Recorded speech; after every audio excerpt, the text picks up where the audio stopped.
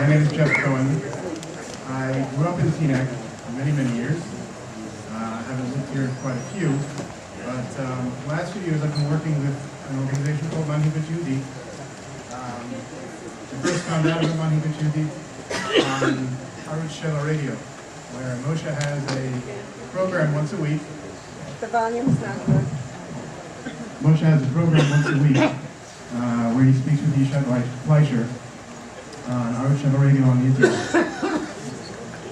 So for years I've been following, and I finally got involved, and I'm very proud to bring Manhivut Yehudi to you here.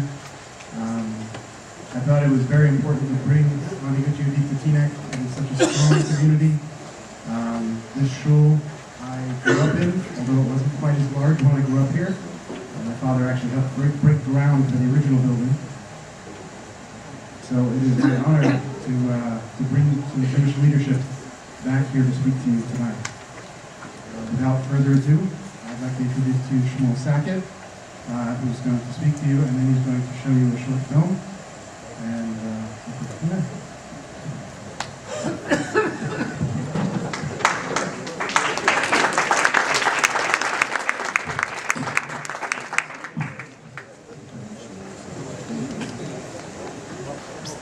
Erev Tov, everybody.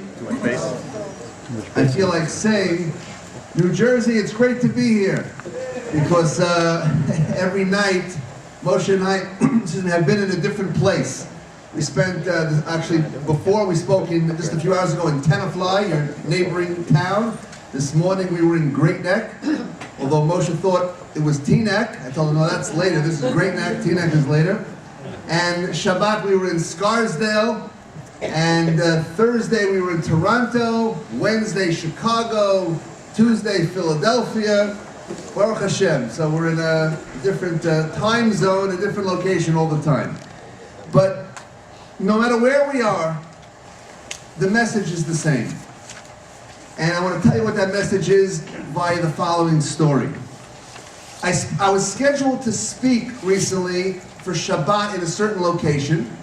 And a few days before I spoke, the president of the shul, he was preparing the weekly bulletin, and he wanted to know what would the topics, of my lectures be.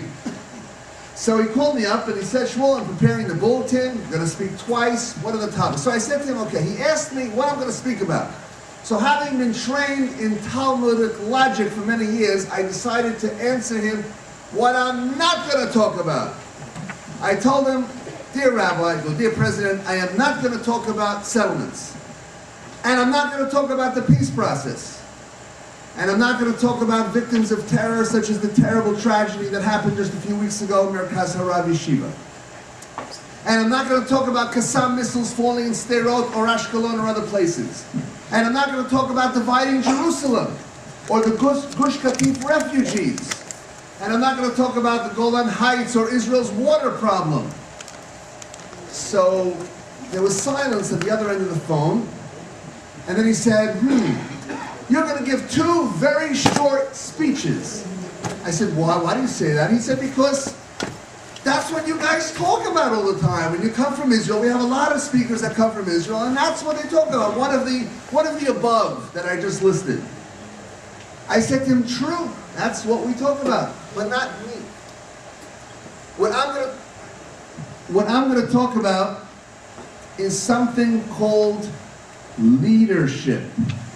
Leading the Jewish people. And think about it for a minute. Think about all the great things that our Chevra has done, the religious Zionists have done over the years. We have built yeshuvim. We have built chesed organizations. We have built shuls and mikvahs and cities in Israel. And we fought in the army. What haven't we done? Leadership.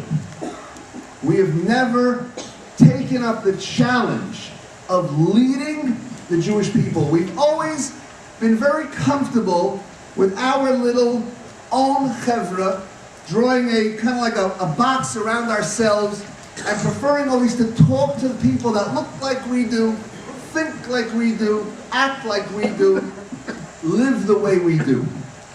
Dear friends, There's something out there called Am Yisrael, and we have to reach out to them.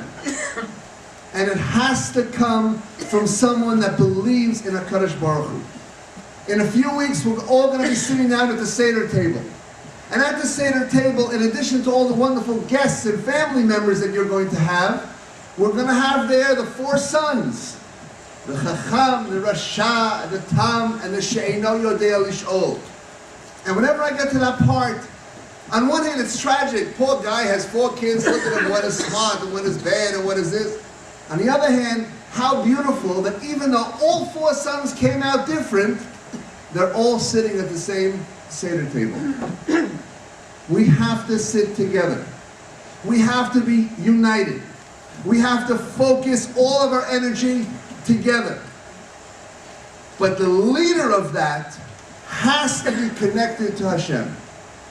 If not, we will fail.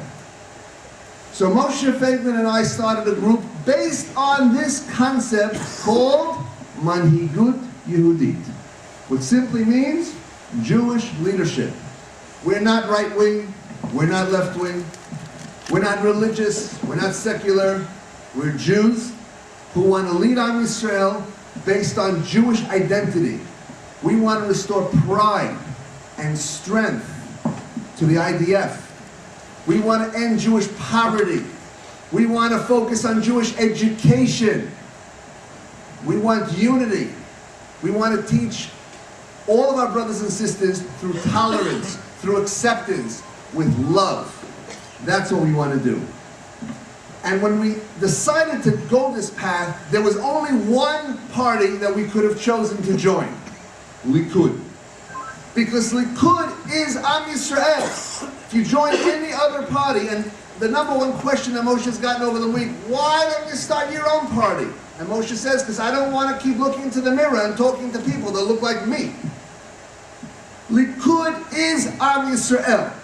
It's made up of all different people connected to their Jewish identity, and this is how we want to lead the Jewish people. So when we entered Likud, we said from now on we're going to run for the leadership of Likud. And the year was 2002, November 2002, Moshe ran for the head of Likud. He received 3% of the vote. Okay. For us, that was a tremendous accomplishment. It was the first time, it was like they say, breaking the ice.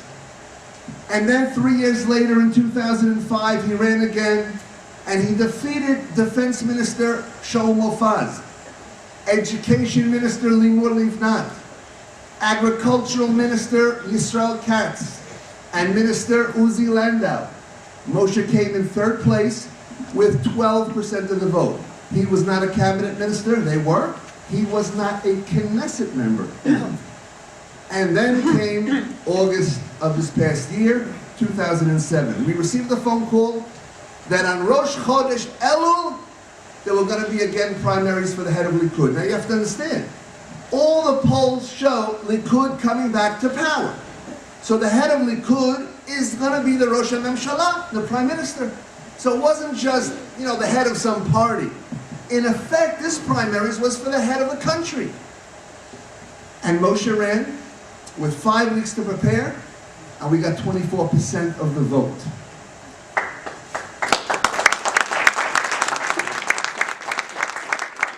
We summarized this campaign in a video that you're going to see in about 30 seconds. When you watch this video, forget about what I say. I'm president of the Moshe Feiglin fan club. Right now, I'm actually the only member also, but we're working on it. Trying to convince his wife to join. She has not decided yet. Anyway, fine, we love the guy. Listen to what the Israeli media says. Listen to Moshe's message as he talks on Israeli television. We should have excerpts, all translated at the bottom. Hope you can see the subtitles, all translated. This is something very important because it shows what can be done when you go for nothing less than leadership of Am Yisrael. Immediately after this video, we'll have Moshe address us, after which we'll be more than happy to take all your questions. Thank you.